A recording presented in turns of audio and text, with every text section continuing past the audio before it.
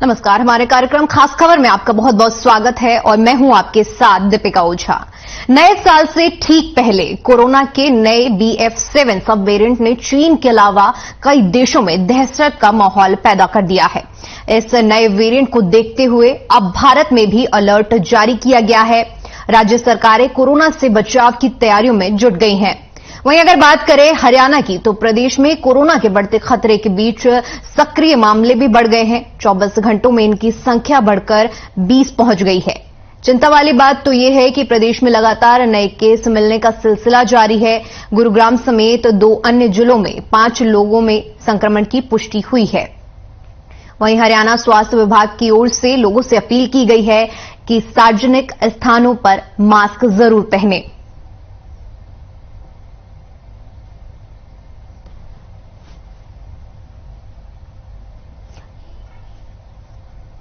लोगों की लापरवाही को देखते हुए प्रदेश सरकार की ओर से टेस्ट, ट्रैक और ट्रीट यानी कि 3T फॉर्मूला अपनाने का फैसला किया गया है। राज्य सरकार की ओर से प्रदेश के अलग अलग जिलों में 27 दिसंबर को मॉक ड्रिल किया गया, जिसमें स्वास्थ्य सुविधाओं को जांचा और परखा गया। खुद स्वास्थ्य एवं गृह मंत्री अनिल विज ने तैयारियों की पड़ताल की। इसके साथ ही उन्होंने जीनोम सीक्वेंसिंग कराने के आदेश देते हुए कोरोना के टेस्ट, ट्रैक और ट्रीट फॉर्मूला को भी फॉलो करने को कहा।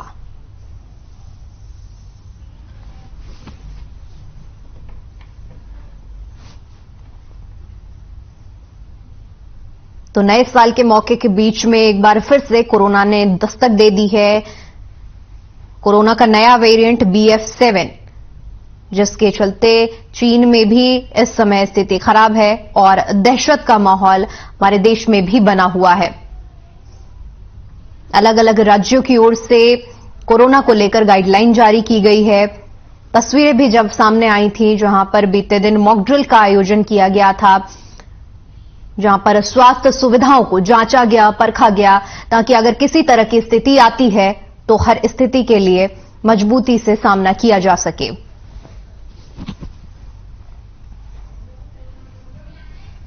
थ्री टी फॉर्मूला प्रदेश सरकार की ओर से अपनाया जा रहा है।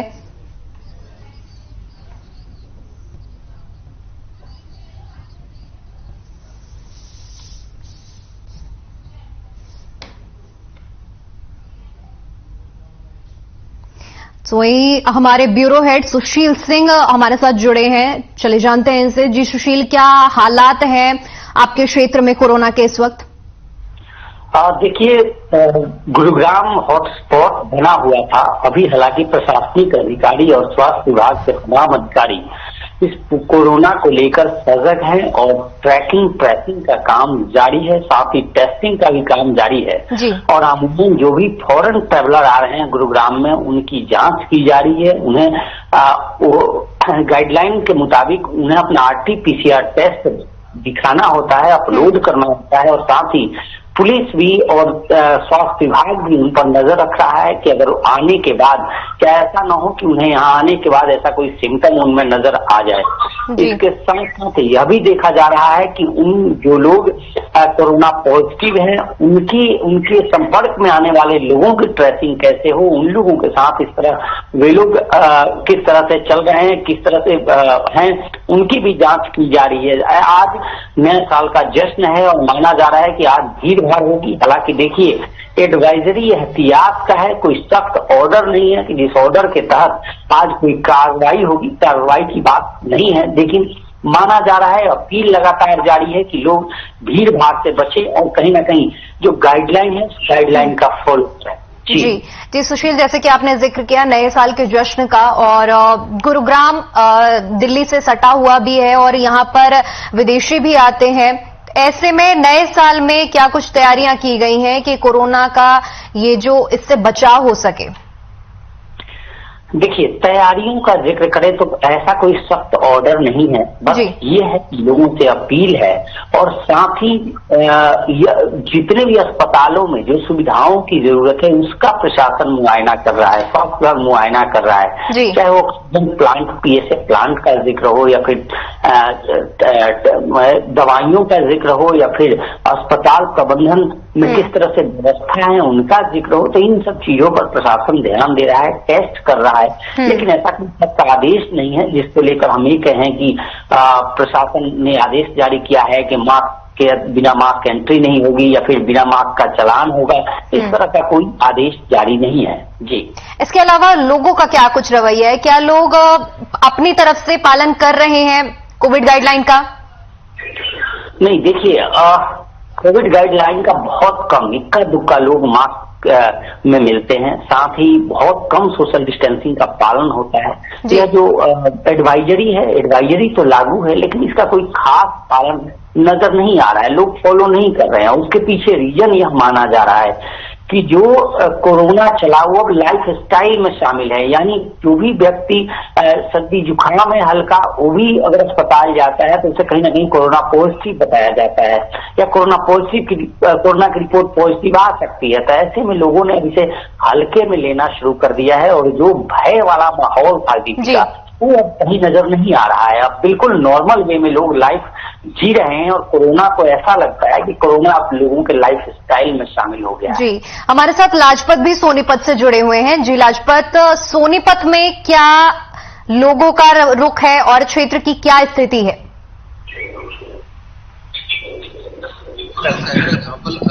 राज्य के 20 के लोग जो रहते हैं, सोनीपत को छोटा नहीं माना, काफी बड़ा सोनीपत है क्योंकि देश विदेश के जो बच्चे शिक्षा प्राप्त करने आते हैं और लगातार अलग अलग जो लोग हैं मजदूर और मजबूर है रोजी रोटी के लिए भी, और लगातार व्यापार काफी बड़ा है। जिला सोनीपत में अगर की बात करें, कोरोना की बात करें, तो यहाँ पर अगर कोई भी इस तरीके की बीमारी फैलती है तो बहुत बड़ा ब्लास्ट हो सकता है। ब्लास्ट इसलिए कहेंगे कि जो कॉलोनियों की हालात है वो काफी गंभीर, सरकार को कोई ठोस कदम उठाने हो जहाँ इससे पहले जो पंचायती चुनाव हुए हैं, सरपंच है, पंच है, जो जिम्मेवार व्यक्ति है, उनसे बैठक की जाए। लेकिन अगर बात करें तो मौसम लगातार बदल रहा है और मौसम की वजह से जो लोगों की तबीयत बिगड़ रही है उससे भी काफी असर पड़ रहा है, क्योंकि लोगों की आज अगर बात करें तो हालात के जो है वो काफी गंभीर है, क्योंकि लोगों की तबीयत बिगड़ रही है। मौसम करवट बदलता है, सुबह शाम ठंड होती है, दिन में गर्मी होती है, तो इस मौसम का भी लोगों पर असर पड़ रहा है। सबसे बड़ी बात करें तो कोविड का नहीं, पोल्यूशन का भी, ठंड का भी, अनेक तरह की जो बीमारियां हैं वो लोगों को चपेट में ले रही हैं। लेकिन कोविड का अगर नए वेरिएंट की बात करें तो अगर नया वेरिएंट आता है तो काफी बड़ी हालात बिगड़ सकती है। और जिला सोनीपत एक ऐसा शहर है, हमने जो 2 लॉकडाउन हुए थे जिनका असर देखा था।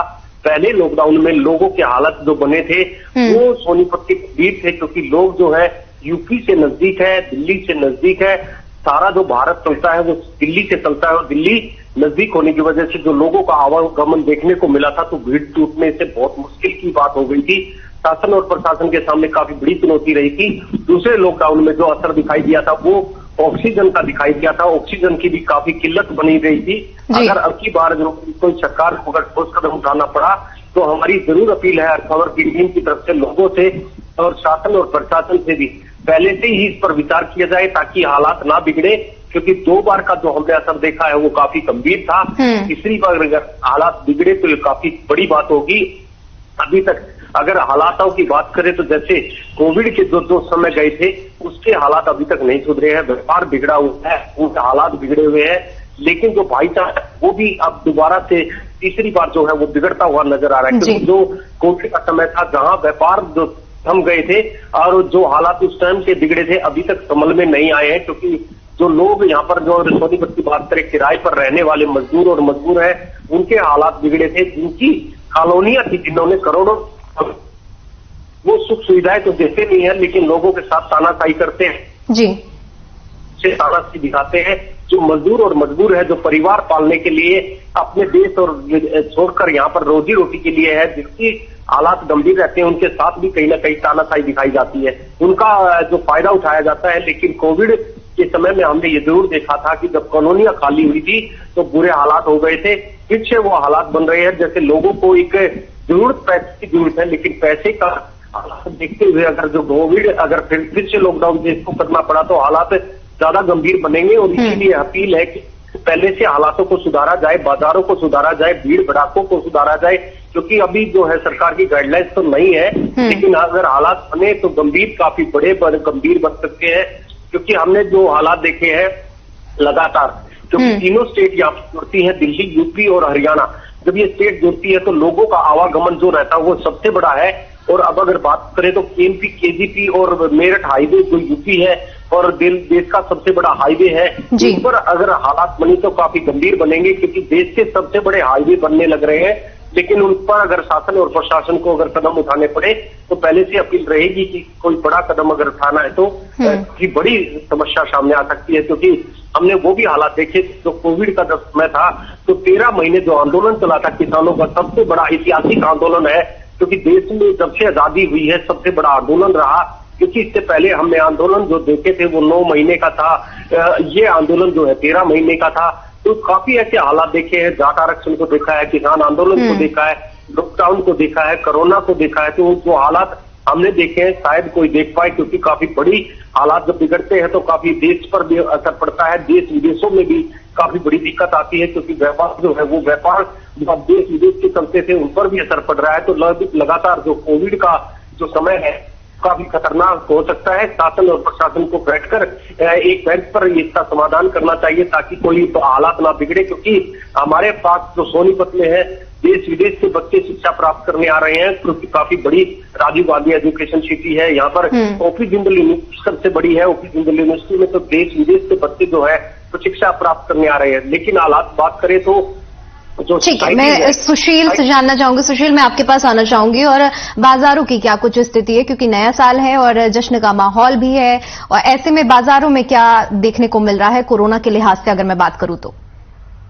नहीं, निश्चित तौर पर देखिए आज 31 दिसंबर है और बाजारों की बात करें तो 25 दिसंबर यानी क्रिसमस के बाद से ही बाजारों में रौनक है, हर जगह चहल पहल है देखने को मिल रहा है और भीड़ भी काफी मिल रही है। चूंकि इधर छुट्टियां भी की थी और छुट्टियों के दौरान अमूमन चाहे वो सदर बाजार हो या मॉल्स हो, इनमें भीड़ भाड़ खूब देखने को मिल रही है। हालांकि जो मॉल के सिक्योरिटी पर्सनल है वो जरूर कहते हैं जब भी कोई व्यक्ति एंटर करता है मॉल में उस वक्त उनका जरूर कहना होता है कि कृपया मास्क लगा लें। लेकिन अगर कोई व्यक्ति नहीं लगाता तो ऐसा कोई रिस्ट्रिक्शन नहीं है कि आप अगर मास्क नहीं लगाएंगे तो आपकी एंट्री नहीं होगी। लेकिन एहतियात के तौर पर सब लोग कह रहे हैं कि मास्क का पालन किया जाए, गाइडलाइन का पालन किया जाए और इस कोरोना से अंकुश लगाया जाए। डर इसलिए भी है दीपिका क्योंकि दिल्ली IGI एयरपोर्ट है जी। और जो लोग भी विदेशी मेहमान वहाँ आते हैं, चाहे वो ट्रेवलर के रूप में आए या फिर यहाँ के रहने वाले हों, रेजिडेंट्स हों जो बाहर से आ रहे हैं, उनकी वहीं पे जांच की जा रही है। और यही वजह है कि ये आज हर व्यक्ति को पता है कि इस बार सरकार सख्त है और जो लोग भी विदेशी आते हैं या विदेशों से घूम कर आते हैं उनकी जांच की जा रही है। तो जो वेरिएंट है, न्यू वेरिएंट है, उस वेरिएंट को लेकर लोग भी काफी सजग नजर आ रहे हैं। जी। इसके अलावा लाजपत मैं आपसे जानना चाहूंगी क्योंकि सोनीपत इंडस्ट्रियल एरिया में आता है, तो वहां किस तरह से कोरोना को लेकर पालन किया जा रहा है गाइडलाइन का? जी बिल्कुल, यहाँ पर जो पालन बिल्कुल दिखाई नहीं दे रहा है, क्योंकि लगातार जैसे मंडियां लगती है, भीड़ लगती है, काफी बड़ी भीड़ रहती है।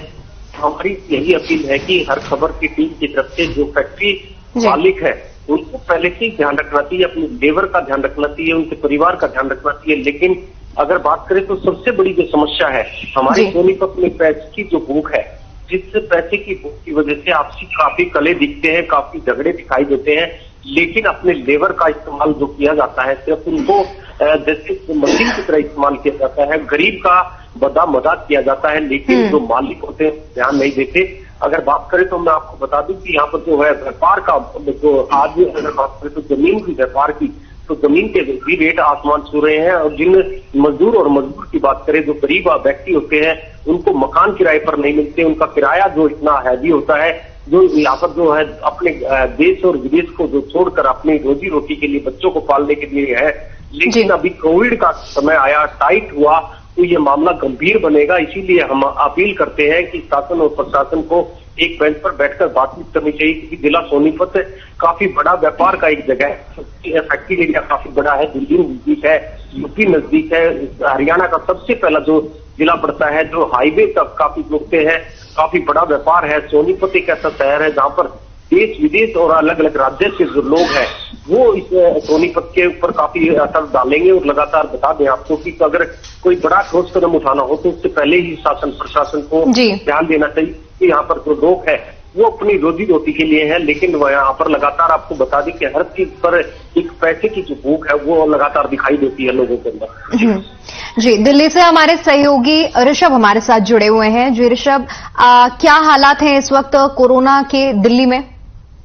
हाँ, सबसे बड़ी दीपिका जी बताती हूँ, कोरोना को लेकर जो नई गाइडलाइन भी दिल्ली में जारी हो गई है नए साल को लेकर, क्योंकि हालात वहाँ पर जो चीजें नहीं, जहाँ जगह जगह टेस्टिंग किए जा रहे हैं, जगह जगह हर एक चीज सुविधा का वहाँ पे इंतजाम है। आप एयरपोर्ट पे देख लो, जहाँ कोरोना के आर्टिफिशियल टेस्ट भी जो बाहर से यात्री आ रहे हैं उनसे मांगे जा रहे हैं, उनका सब कुछ मतलब पूरा हो रहा है। हालांकि देखा जाए तो दिल्ली में स्थिति काफी सही बनी हुई है, हालांकि इतने केसेस नहीं है जितने आग लगाए जा रहे थे। हालांकि स्वास्थ्य विभाग द्वारा एक्शन पे एक्शन लिए जा रहा है। अभी आपको पता भी होगा कुछ दिन पहले 2 बैठकें हुई थी जहाँ पे दिल्ली के सीएम जो है उन्होंने बैठकें की थी। उसके बाद स्वास्थ्य मंत्री, केंद्रीय स्वास्थ्य मंत्री मनसुख मंडाविया ने भी बैठक की थी हर राज्यों के स्वास्थ्य विभाग के साथ।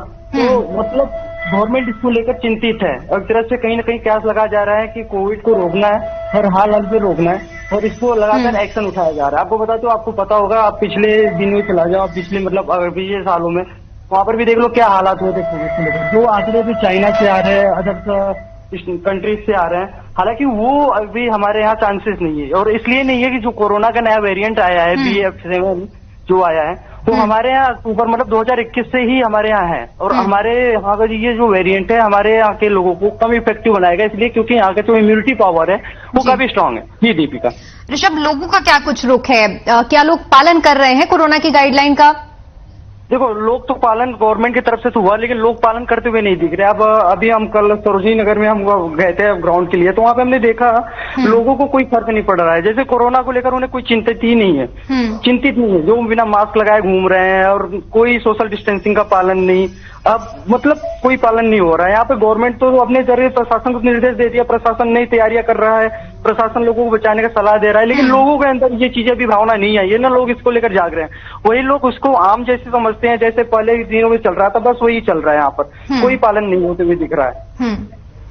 इसके अलावा सुशील, मैं आपसे जानना चाहूंगी कि जैसा कि हमें दूसरी वेव में देखने को मिला था कि कोरोना के दौरान ऑक्सीजन की काफी ज्यादा कमी देखने को मिली थी, तो स्वास्थ्य विभाग की तरफ से गुरुग्राम में क्या कुछ व्यवस्थाएं की गई हैं कि अगर इस तरह की दिक्कत हो तो स्वास्थ्य विभाग पूरी तरह से इन चीजों से दुरुस्त रहे? देखिए, कोरोना के सेकेंड वेव के बाद हरियाणा सरकार ने, स्वास्थ्य मंत्रालय ने एक आदेश जारी किया। उस आदेश के मुताबिक पूरे प्रदेश में कोई भी अस्पताल जो 50 बेड से ऊपर है उस अस्पताल में आवश्यक यह निर्देश है कि वहाँ PSA प्लांट होना चाहिए, यानी उनका ऑक्सीजन का अपना प्लांट होना चाहिए जी। और ये जो कोरोना अभी जिस कोरोना की तैयारी का हम जिक्र कर रहे हैं उसके पीछे रीजन यही है कि स्वास्थ्य विभाग तमाम अस्पतालों में पहुंच रहा है, देख रहा है कि उनके पास PSA प्लांट है या नहीं है। साथ ही वो अस्पताल बड़े हैं उसमें ICU की जो सुविधा है वो कैसी सुविधा है, कितने बेड की ICU है, और साथ ही मॉक ड्रिल भी किया गया। इसलिए किया गया था मॉक ड्रिल जी, ये जायजा लिया जा सके कि अगर एक अस्पताल में अचानक 10 मरीज 20 मरीज अचानक से आते हैं तो उनकी व्यवस्थाएं कैसी होगी, क्या नर्सिंग स्टाफ है उतने वो वेल क्वालिफाई हैं, वेल एजुकेटेड हैं कि जिससे वो आसानी से ऐसी स्थितियों का सामना कर सकें। क्या अस्पतालों में PSA प्लांट लगे हुए हैं जहां ऑक्सीजन के लिए कहीं और निर्भर नहीं होना पड़े, क्या दवाइयां और वैसे दवाइयां, टेस्टिंग, ये सारी चीजें हैं। तो सारी सुविधाओं का जिक्र किया गया और इन सभी सुविधाओं का मुआयना किया गया, इन सभी सुविधाओं को लेकर मॉक ड्रिल किया गया और मॉक ड्रिल के बाद फाइनली हरियाणा सरकार, स्वास्थ्य विभाग, गुरुग्राम प्रशासन इस आश्वस्त है इस बात को लेकर कि अगर ऐसी कोई स्थिति आती है तो प्रशासन उससे निपट लेगा जी। लाजपत, सोनीपत में क्या हालात हैं? अगर ऑक्सीजन सप्लाई की मैं बात करूं तो अस्पतालों में किस तरह की सुविधा और मॉक ड्रिल में क्या कुछ निकल कर आया है? जी बिल्कुल, देखिए जिला सोनीपत में कोई भी तरीके की तैयारी नहीं है और ऑक्सीजन के तो बुरे हालात है, क्योंकि एक ही हॉस्पिटल है जो कि सरकारी है और उसमें भी ऑक्सीजन की किल्लत दिखाई देती है, क्योंकि प्राइवेट हॉस्पिटल ज्यादा है। प्राइवेट हॉस्पिटल जो कहीं ना कहीं फायदा उठाती हैं और सरकारी हॉस्पिटल जो सुविधाएं नहीं दिखाई देती। हमने खूब देखते हैं कि अगर छोटा सा भी कोई मामला देखने को मिलता है तो तुरंत रेफर हॉस्पिटल दिखाई देता है, तुरंत रेफर किया जाता है। तुरंत रेफर के बाद लोगों में एक हड़कंप बच जाता है और लगातार डर का माहौल बन जाता है। तो लगातार ऑक्सीजन के जो हालात हैं, तो इसीलिए मैंने, जैसे हमने कहा कि हर खबर की टीम की तरफ से अपील है कि जो भी अगर कोई कदम उठाना पड़ा तो शासन और प्रशासन को पहले बैठक करनी होगी, बातचीत करनी होगी, विचार करना।